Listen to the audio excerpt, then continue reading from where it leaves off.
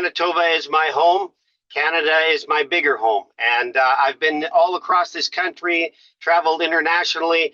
I know what is happening to our country. I know how other people regard our country. It's a huge concern. We're at probably a point of crisis we've never been at, other than being in a war.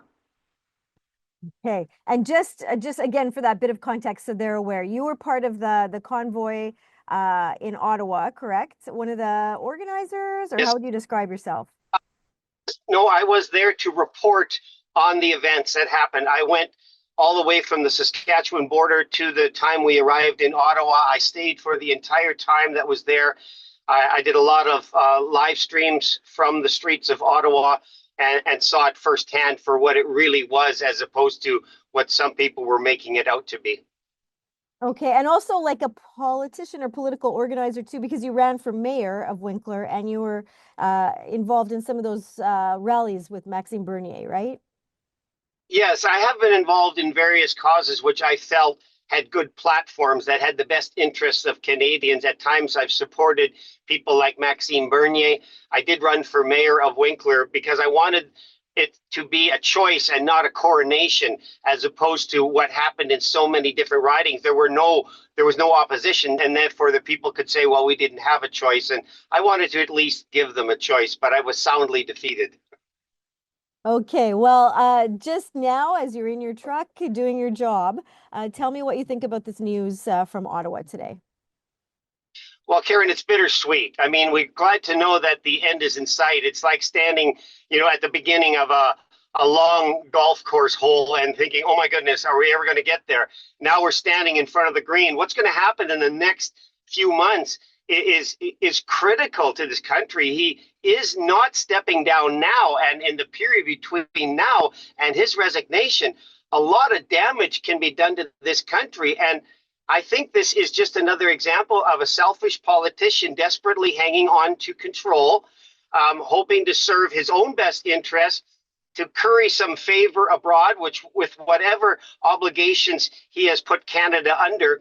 And we know that the only party that has propped him up is the NDP, and Jagmeet Sing Along Singh has expressly stated he has no intentions to bring the government down until March. And we know that period coincides with his pension plan. So actually, this is he did say just before Christmas that he would be introducing a non-confidence motion as soon as Parliament returned in January. There's also a report out that he was not going to do that, but I believe it's in the hands of the man who wants to be Prime Minister, Pierre Poilievre, to challenge this prorogation of our Parliament. And it can be done, and it has been done, for example, in Great Britain, when Boris Johnson attempted to do that, and the courts ruled that it was unlawful. We have a situation here where everything is converging on Justin Trudeau, and instead of doing the honorable thing and resigning and giving the Canadian people a choice again as to who's going to lead this country, he is in a desperate mode. He has several of his MPs, enough that if they voted with the opposition party, would bring his government down. And this is what he's attempting to avoid. Bring down of his government, the failure to pass and survive a non-confidence vote. But it's just unspeakable to be in this situation. I believe that our parliamentary system has been weaponized against Canadians, because in the last federal election, Justin Trudeau was clearly given a mandate to rule with a minority government.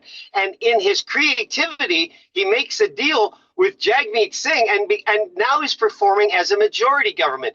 This is an atrocity to our democracy, and it is a weaponization of our parliamentary system against the will of Canadians. We did not give him a mandate to rule with a majority government, only a minority. But he took to himself power which was not given to him. This is where we are today. This is why Canada has regressed into a state where we've never been before. Our national debt has doubled in the years that Justin Trudeau has been Prime Minister. We are in the worst financial situation, along with all the other socio-economic conditions that are prevalent, that Canada has never seen before, other than being in wartime eras.